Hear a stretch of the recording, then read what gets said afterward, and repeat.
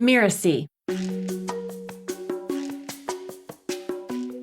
I'm Stephen Morris, and you're listening to Making It. I run a business called Matter Consulting. I'm a global expert at building unignorable brands and integrated cultures, and ultimately helping people build beautiful businesses.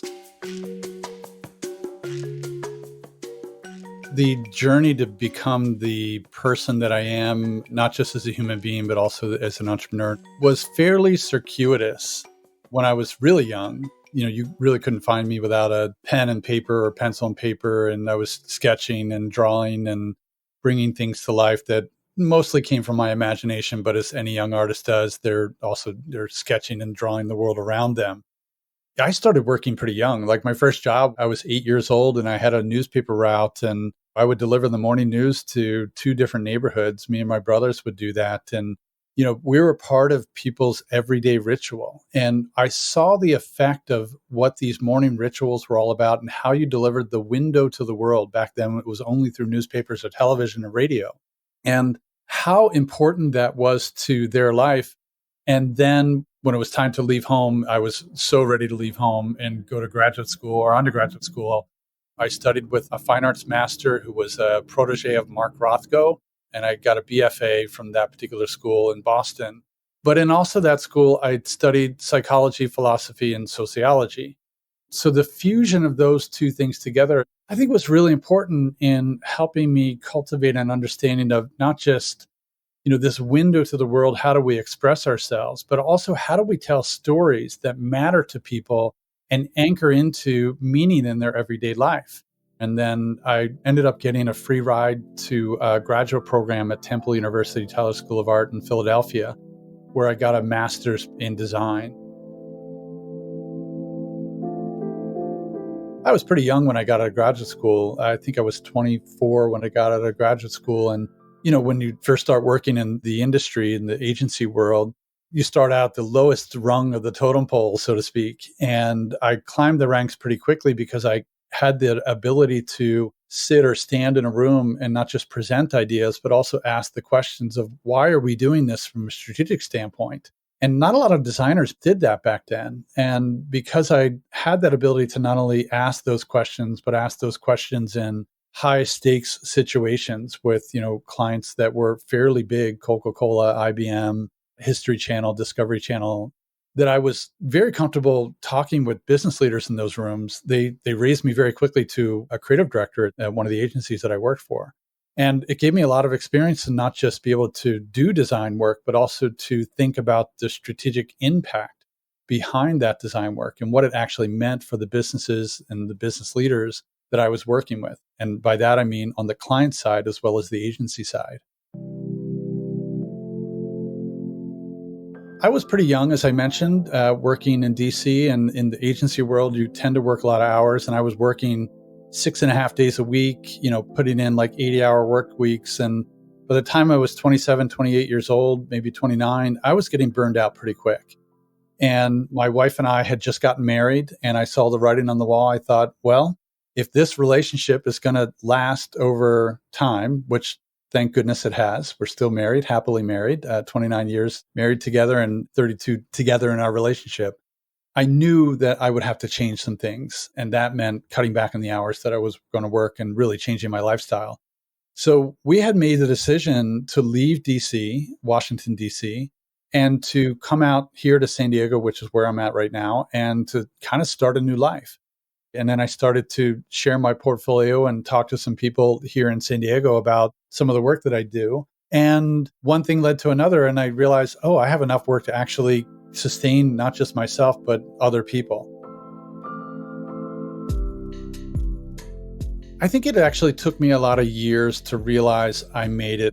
In order for me to make it as a business, or the business to make it, quite frankly, I really had to improve my skill set, not just around all the things that I knew as a practitioner, all the design skills, the writing skills, the building the business strategy for the brands that I was working on, but also learn how to build a team, learn how to build systems and processes.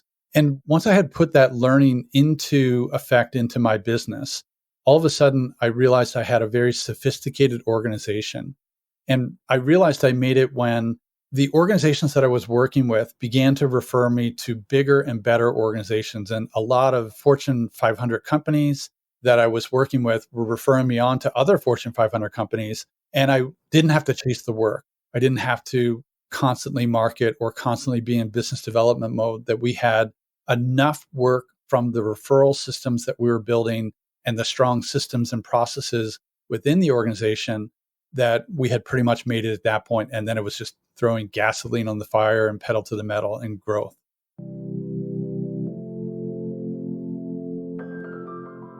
I think making it for me is more of a journey, and it's more of a holistic sense of success.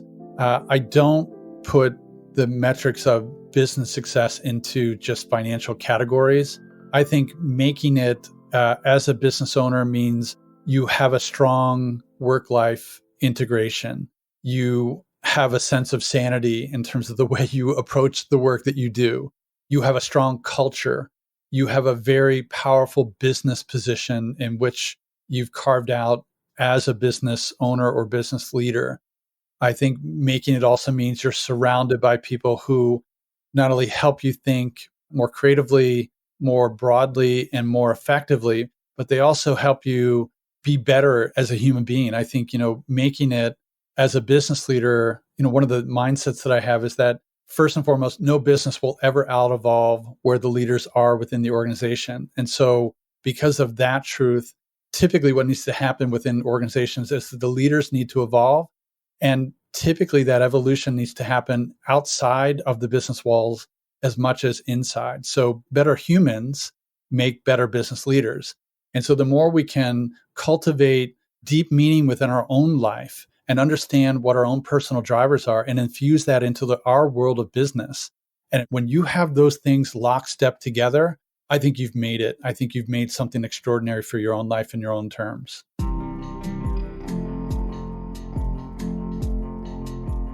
I think when an individual really understands what their own personal drivers are, what motivates them, what their big why is in life, and when they can infuse that into their business world, or frankly, into everything that they're doing, then you can have this greater sense of wholeness in life.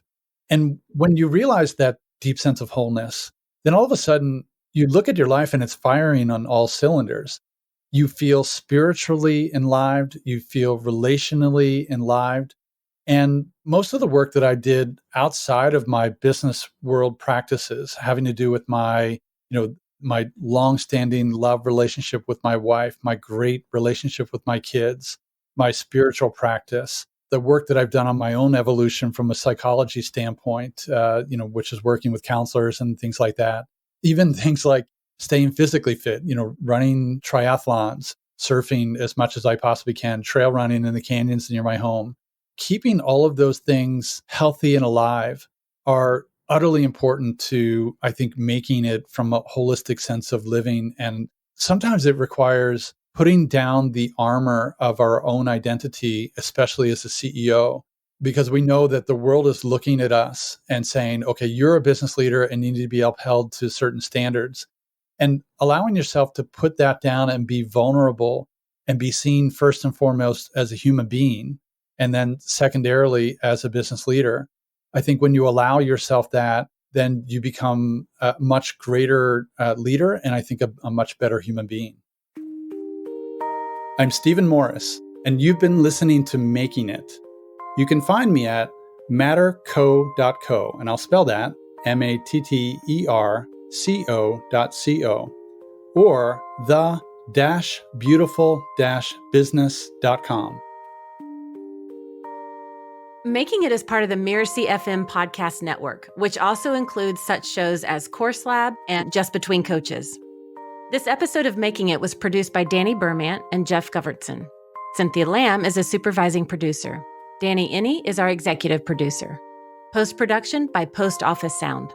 So you catch the great episodes that are coming up on Making It, go ahead and follow us on Apple Podcasts, Spotify, or wherever you're listening right now. And if you like the show, please leave us a starred review. It's the best way to help us get these ideas to more people. Thank you, and we'll see you next time.